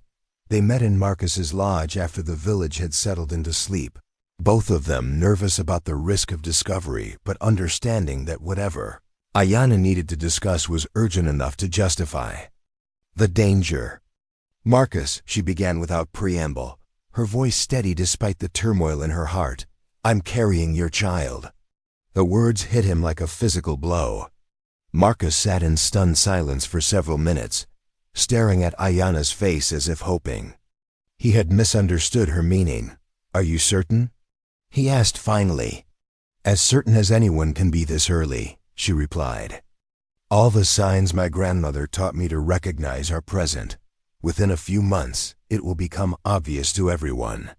Marcus buried his face in his hands, his mind racing through the same catastrophic scenarios that Ayana had been considering. "All day. This changes everything," he said quietly. "Yes, it does. If your people discover that I'm the father, they'll kill you," Ayana finished matter-of-factly. "Probably torture you first, to make an example that will discourage any other white men from thinking they can take liberties with tribal women. And you? What will happen to you?" Ayana was quiet for a moment, considering the full scope of consequences she would face. Public disgrace. Loss of my position as heir to certain ceremonial responsibilities. Possible banishment, depending on how angry my father becomes. She paused, then added quietly, "The destruction of my family's political standing within the tribe." The magnitude of what they were facing settled over them like a heavy blanket. Their secret relationship, which had seemed like a private matter between two consenting adults, was about to become a public scandal that could destabilize tribal leadership and potentially trigger violence between their peoples. "There might be a way," Marcus said slowly, an idea beginning to form in his mind. "A way to protect you and legitimize the child without destroying everything your father has built." "What do you mean?"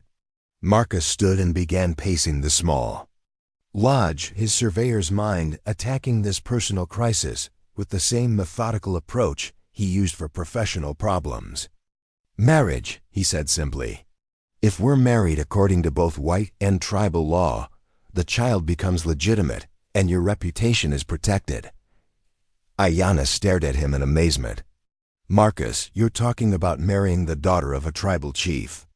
Do you understand what that would mean for your life? You could never return to white society. You'd have to live as a member of the Kenai people permanently." "I know," he replied, his voice growing stronger with conviction. "And I also know that I love you, Ayana.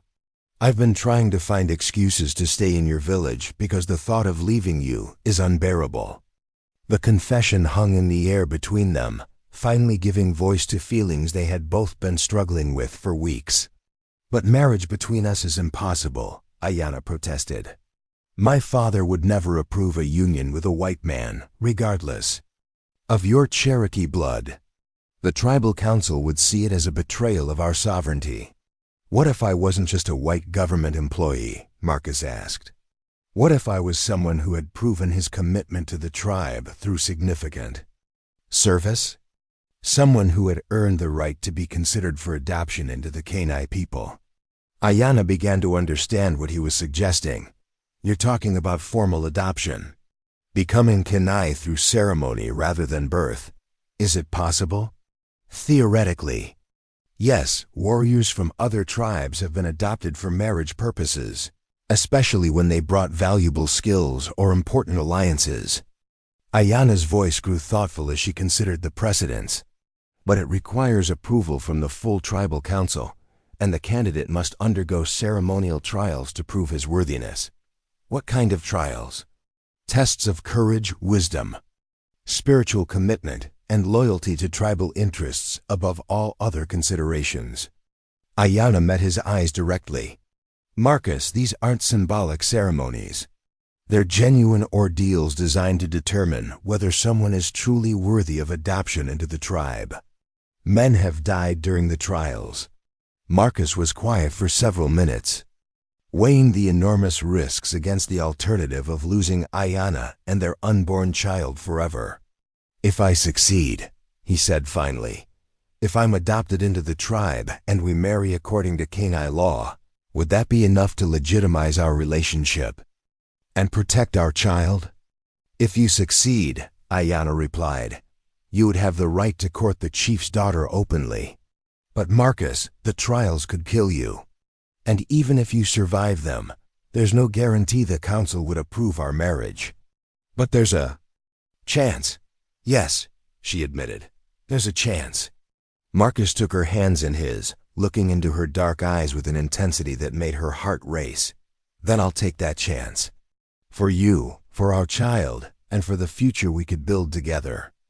As they held each other in the flickering firelight of the lodge, both understood that they were about to embark on a path far more dangerous than their deception of the railroad engineers.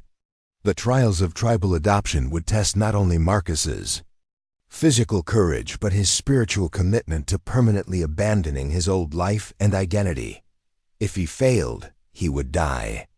If he succeeded, he would be reborn as a Kanai warrior with the right to marry a chief's daughter and raise his children as members of the tribe.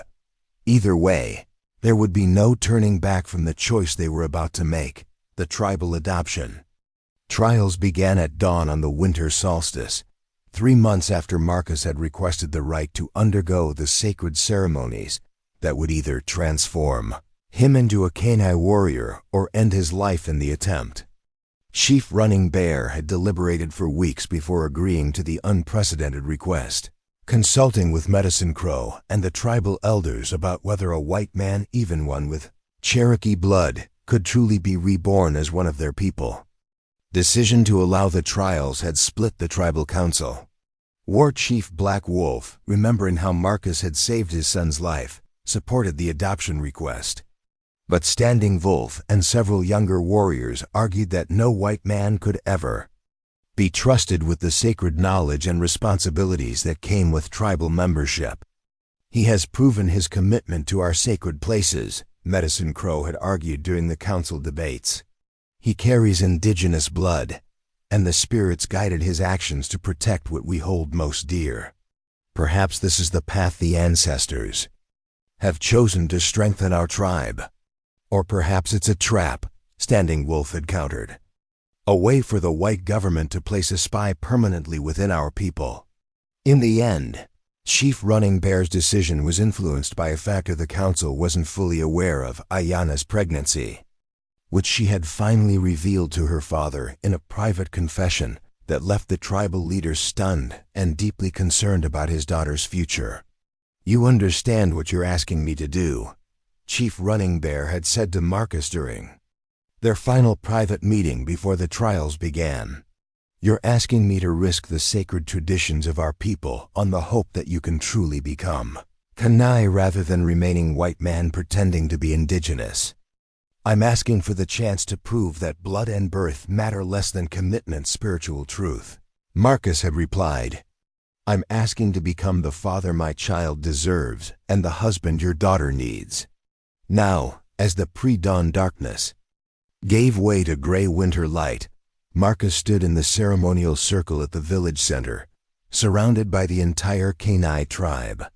Men, women, and children had gathered to witness either his transformation or his death, understanding that the outcome would set precedents for their people's relationship with the outside world for generations to come. The first trial was the test of truth, conducted by Medicine Crow using sacred plants and ancient rituals, designed to strip away all pretense and reveal a candidate's genuine spiritual nature. Marcus drank the bitter ceremonial tea without hesitation, knowing that any attempt to deceive the spirits would be detected immediately and result in his instant execution. Under the influence of the sacred plants, Marcus spoke with startling honesty about his journey from white government employee to someone willing to die for the right to protect indigenous sacred places. He described his Cherokee grandmother's stories about the Trail of Tears, his growing understanding of the spiritual connections between land and identity, and his love for Ayana that had transformed his entire worldview. I came to your territory as Marcus Webb, territorial surveyor, he said, his voice carrying the distant quality typical of men under the tea's influence. But that man is dead. I seek to be reborn as someone worthy of the woman I love and the child we've created together. The confession about Ayana's pregnancy sent shockwaves through the assembled crowd, but it also demonstrated the complete honesty the sacred ceremony demanded. Medicine Crow nodded approvingly as Marcus continued to answer increasingly personal questions about his motivations, fears, and spiritual commitments. The second trial was the test of courage, a brutal physical ordeal that required Marcus to demonstrate his willingness to endure pain and face death for the sake of his adopted people. War Chief Black Wolf supervised this portion of the ceremony, leading Marcus through challenges that included fighting with traditional weapons, surviving exposure to winter cold, and enduring ritual scarification that would mark him permanently. As Kainai, if he survived the complete adoption process, the fighting portion nearly killed him. Armed only with a knife and war club, Marcus faced 3 seasoned warriors in single combat, required to hold his ground for a specified time rather than achieve victory. His Cherokee heritage had given him some familiarity with indigenous fighting techniques, but nothing had prepared him for the speed and skill of Kainai warriors defending their homeland. By the time the combat trial ended, Marcus was covered in blood from multiple wounds. His left arm hung useless from a dislocated shoulder, and his vision was blurred from a blow to the head that would have killed a weaker man. But he had remained standing, earning grudging respect even from warriors who opposed his adoption. The scarification ceremony that followed was almost anticlimactic after the brutality of the combat trials. Using traditional tools and sacred designs, Medicine Crow carved symbols into Marcus's chest and arms that would identify him as Kainai for the rest of his life. The pain was intense but bearable compared to the agony of his combat wounds. The third trial was the test of wisdom, conducted by the tribal elders who questioned Marcus extensively about Kainai history, spiritual beliefs, and traditional knowledge.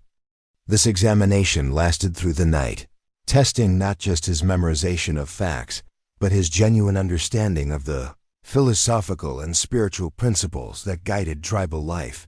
Ayana had spent weeks preparing Marcus for this trial, sharing stories and teachings that had been passed down through generations of her people. But the elders' questions went far beyond simple recitation, requiring Marcus to demonstrate real comprehension of complex spiritual concepts and their practical applications in daily life. What is the relationship between individual honor and tribal survival? Asked Gray Elk, the eldest member of the council. Individual honor without consideration for tribal welfare is selfishness, Marcus replied carefully. But tribal survival without individual honor is not worthy of preservation. True strength comes from individuals who choose to serve something greater than themselves, while maintaining the personal integrity that makes that service meaningful. The answer satisfied the elders, who recognized wisdom that went beyond mere book learning to touch on fundamental truths about human nature and community responsibility. The fourth and final trial was the test of sacrifice, the most dangerous portion of the adoption ceremony. Conducted in complete secrecy by Medicine Crow and Chief Running Bear, this trial required Marcus to permanently sever his connections to his former life and identity, symbolically dying as a white man so he could be reborn as Kainai. The ritual took place in a sacred cave hidden deep in the mountains, where the spirits of the ancestors were said to judge the worthiness of those seeking adoption into the tribe. Marcus was required to spend 3 days alone in the cave without food or water, communicating with the ancestral spirits, who would either accept or reject his transformation.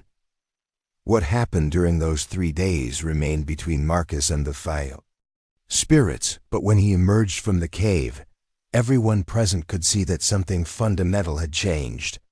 The man who walked out of the sacred darkness moved differently, spoke differently, and carried himself with a spiritual authority that marked him as genuinely transformed rather than merely trained in tribal customs. The ancestors have spoken, Medicine Crow announced to the assembled tribe. Marcus Webb is dead. In his place stands Eagle, who protects sacred ground, adopted son of the Kainai people, warrior of proven courage, and seeker of truth, blessed by the spirits of this land. The transformation was complete. But the real test came when Chief Running Bear formally presented the newly adopted warrior to his daughter. "Ayana Crowfeather," the chief said with ceremonial gravity, "Eagle who protects sacred ground seeks permission to court you according to the traditions of our people. Do you accept his suit?" "I do," Ayana replied, her voice steady despite the emotions threatening to overwhelm her. The formal courtship lasted only 3 days, a symbolic period, since everyone involved understood the urgency of legitimizing Ayana's pregnancy. During this time, Eagle who protects sacred ground, as Marcus was now known, demonstrated his skills as a provider and protector, fulfilling the traditional requirements for marriage to a chief's daughter. The wedding ceremony combined traditional Kenai rituals with elements that honored the groom's Cherokee heritage, creating a unique celebration that symbolized the union of different indigenous traditions under the umbrella of shared values and spiritual beliefs. As spring returned to the Montana prairie, Ayana gave birth to a daughter they named Hope, Singing Waters, hope for her promise of a better future, and Singing Waters, in honor of the sacred spring that had brought her parents together. The railroad was completed along the southern route exactly as planned, bringing economic development to the region while leaving the sacred grove undisturbed. The Northern Pacific executives were so pleased with the cost savings achieved by the route modification that they recommended Eagle who protects sacred ground for future surveying contracts with other tribal communities. Years later, when government agents and railroad companies needed someone who could work effectively with indigenous peoples, they inevitably turned to Eagle who protects sacred ground. The mysterious surveyor who seemed to understand both white engineering and indigenous spirituality with equal expertise. His real identity was forgotten by the outside world. Just another frontier story of a white man who disappeared into indigenous territory. But within the Kainai tribe, Eagle who protects sacred ground became a respected elder whose unique background allowed him to serve as a bridge between worlds during the difficult decades that followed.